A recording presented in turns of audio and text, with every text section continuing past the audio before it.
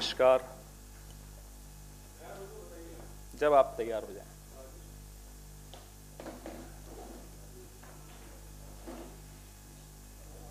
आप सबकी आपस में लड़ाई हो रखी, सब दूर दूर बैठे हैं या सोशल डिस्टेंसिंग है?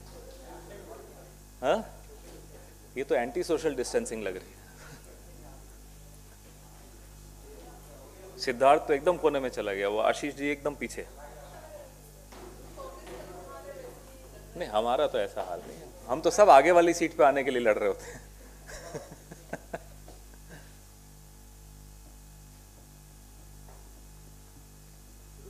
शुरू करें?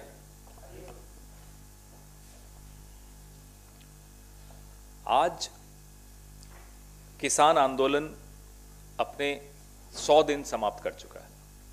इन 100 दिनों में 255 मौतें हुई, एक दिन में 2 से भी अधिक। आप में से किसी ने मोदी जी के मुंह से, किसी मंत्री के मुंह से कोई संवेदना का एक शब्द भी अगर सुना हो तो हम सबको स्मरण करा दीजिए, हमने नहीं सुना, किसानों ने नहीं सुना। उनका अपमान किया गया, ताने कसे गए, उनके आंसुओं तक की हंसी उड़ाई गई। लेकिन इतने किसान बारिश, ओले, सर्दी और अब गर्मी झेलते हुए वहां बैठे हैं। दिल्ली के चारों तरफ बॉर्डर्स पे बैठे हैं, लेकिन सरकार के उस फोन की प्रतीक्षा कर रहे हैं जिस फोन का वादा प्रधानमंत्री जी ने स्वयं किया था। आज तक वो फोन नहीं गया।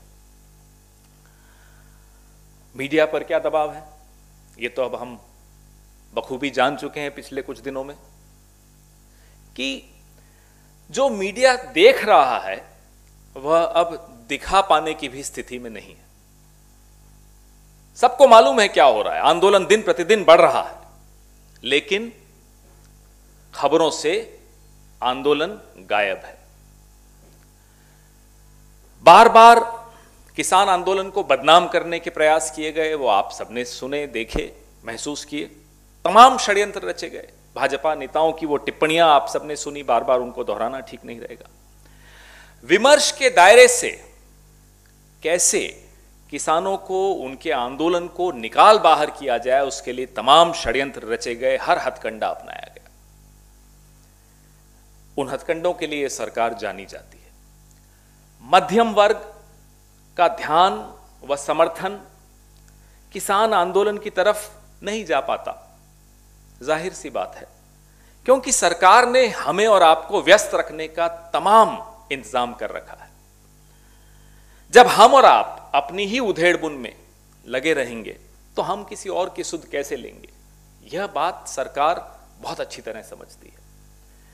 इसलिए आज अगर समाज का एक बहुत महत्वपूर्ण वर्ग, किसानों का वर्ग, अगर 100 दिन से आंदोलन कर रहा है तो हमें उसका समर्थन इसलिए भी करना चाहिए कि वो काम कर रहे हैं जो हम और आप जिस आपाधापी में जी रहे हैं हम नहीं कर पाते।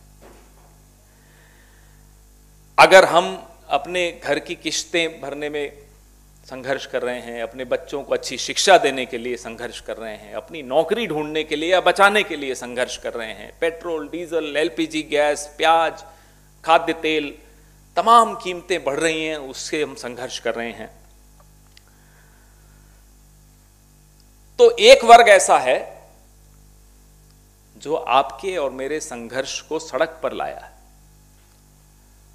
सिर्फ एक काम हमें करना है कि उस संघर्ष का सम्मान करें, उसका समर्थन कर पाएं, तो इस देश पर और इस लोकतंत्र पर आप सबकी बहुत बड़ी कृपा होगी। आज सरकार की नीतियों के खिलाफ कई लोगों के मन में आक्रोश है। अलग अलग वर्ग है, व्यापारी वर्ग है, महिला सुरक्षा को लेकर हम आंदोलित हैं, लेकिन नहीं कुछ कर पा रहे क्योंकि जैसा कि मैंने कहा हम आपाधापी में लगे हुए हैं। तो कम से कम संवेदना है आपके मन में, हम सबके मन में, पीड़ा भी है। हां, अभाव है तो समय का है, तो किसी एक वर्ग ने वो समय निकाला है। सरकार के कानों पर जूं नहीं रेंग रही, वो हम सब देख रहे हैं। वो टिकरी बॉर्डर हो, सिंघू बॉर्डर हो, गाजीपुर हो, शाहजहांपुर हो, सब जगह एक वर्ग बैठा है, अडिग है, संघर्ष कर रहा है, उसको कोई फर्क नहीं पड़ रहा उसके खिलाफ क्या षड्यंत्र रचे जा रहे हैं, कैसे उसका अपमान करने की चेष्टा की जा रही है, वो फिर भी वहीं डटा हुआ है। देश उनके साथ भले चुप है लेकिन खड़ा है। आज काला दिन किसानों ने आह्वान किया है। ये काला अध्याय है हमारे लोकतंत्र के इतिहास में। आंदोलन पहले भी बहुत हुए, हर सरकार में हुए। जब राजीव गांधी जी की सरकार थी, बोट क्लब पर किसान जमा हो गए थे, लाखों किसान थे। इंदिरा जी की पुण्यतिथि में बहुत बड़ा कार्यक्रम यहीं होना था बोट क्लब पे। राजीव जी ने वो कार्यक्रम का स्थान बदला, किसानों को नहीं हटाया। सरकारें ऐसे चलती हैं। तो उम्मीद सरकार से तो नहीं है, उम्मीद आप सबसे है, उम्मीद इस पूरे देश से इस किसान को है कि और कुछ करें या ना करें, अपना समर्थन इन किसानों को जरूर दें। भले आप बोलने में सक्षम नहीं हैं, सड़क पर आने में सक्षम नहीं हैं, एक साइलेंट, एक मौन समर्थन भी अगर आप देंगे तो इस देश का बहुत बहुत भला होगा। Today is the 100th day of the farm protests.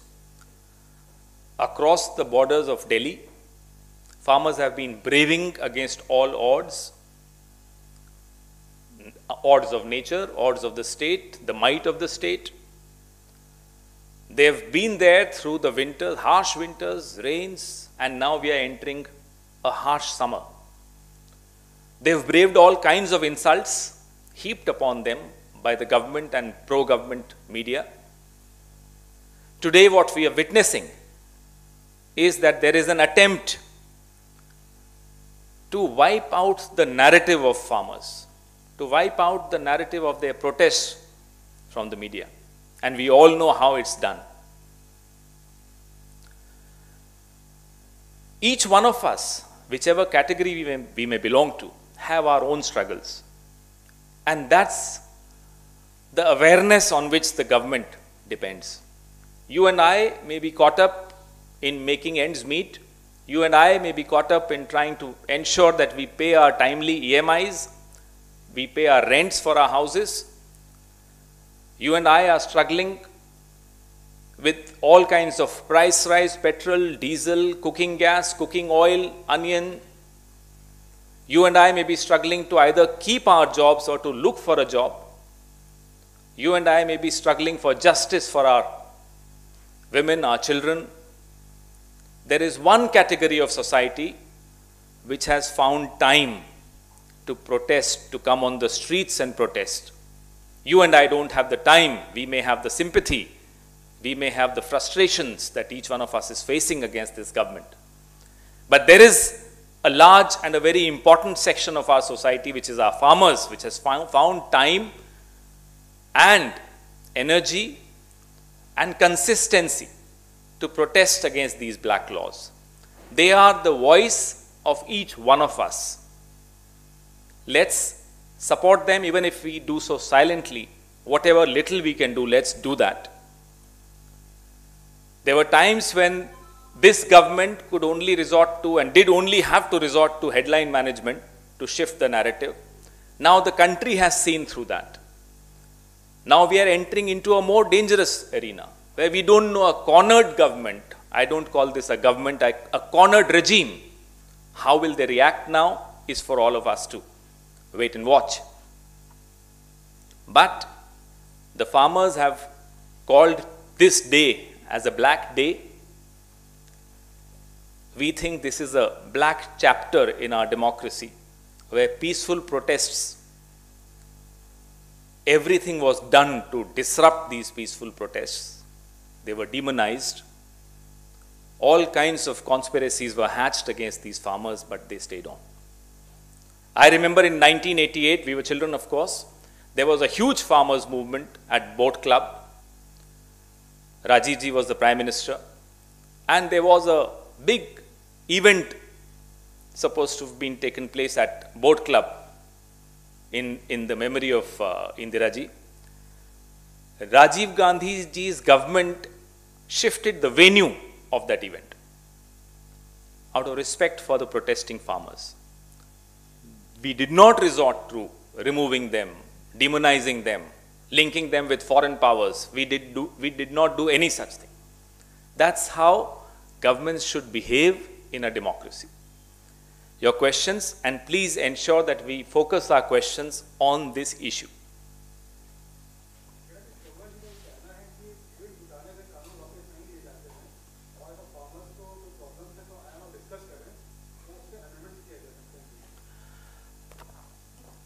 Farmers को अगर प्रॉब्लम है तो आएं और डिस्कस करें। वो कहाँ जाएं, किससे मिलें, कौन फ़ोन करेगा?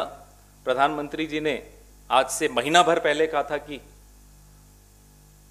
He is a phone call away. वो फ़ोन नंबर अभी तक तो किसी किसान नेता को नहीं मिला। और भीड़ की जहाँ तक बात है, तो जब वो भीड़ वोट देती है तो वो भीड़ महत्वपूर्ण हो जाती है। जब वो भीड़ आपकी किसी नीति के खिलाफ सड़क पर आती है तो आप कहते हैं भीड़ तंत्र नहीं चलेगा। ये दोहरे मापदंड भी नहीं चलेंगे।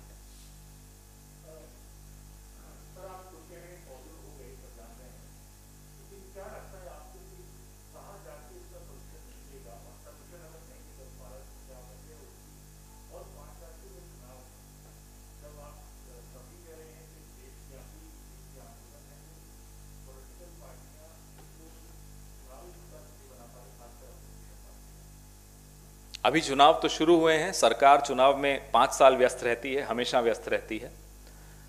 किसान आंदोलन हर जगह एक मुद्दा है। पॉलिटिकल पार्टीज तो खैर जो बनाएंगी वो आपको सब दिखेगा। वो बनाए या न बनाए, किसान अपने आप में, कृषि कानून एक बहुत बड़ा मुद्दा उभर कर पूरे देश में आ रहा है। 100 दिन हुए हैं। सिविल सोसाइटी हो, पॉलिटिकल पार्टीज हो, तमाम लोगों ने अपनी आवाज इस आंदोलन में जोड़ने का प्रयास किया है और करते रहेंगे।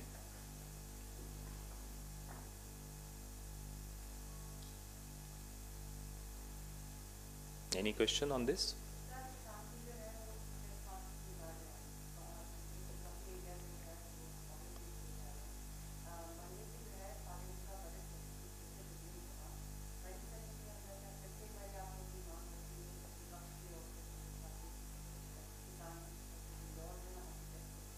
हम ये बार बार प्रयास करते रहेंगे कि सरकार संजीदगी से इस मुद्दे को वापस से ले, और जो किसानों की मांग है कि इन तीनों काले कानूनों को वापस लिया जाए और तत्पश्चात किसानों से चर्चा विमर्श करने के बाद जो नया आप लाना चाहते हैं वो लाइए। यह बात हम बार बार दोहराएंगे हर मंच से।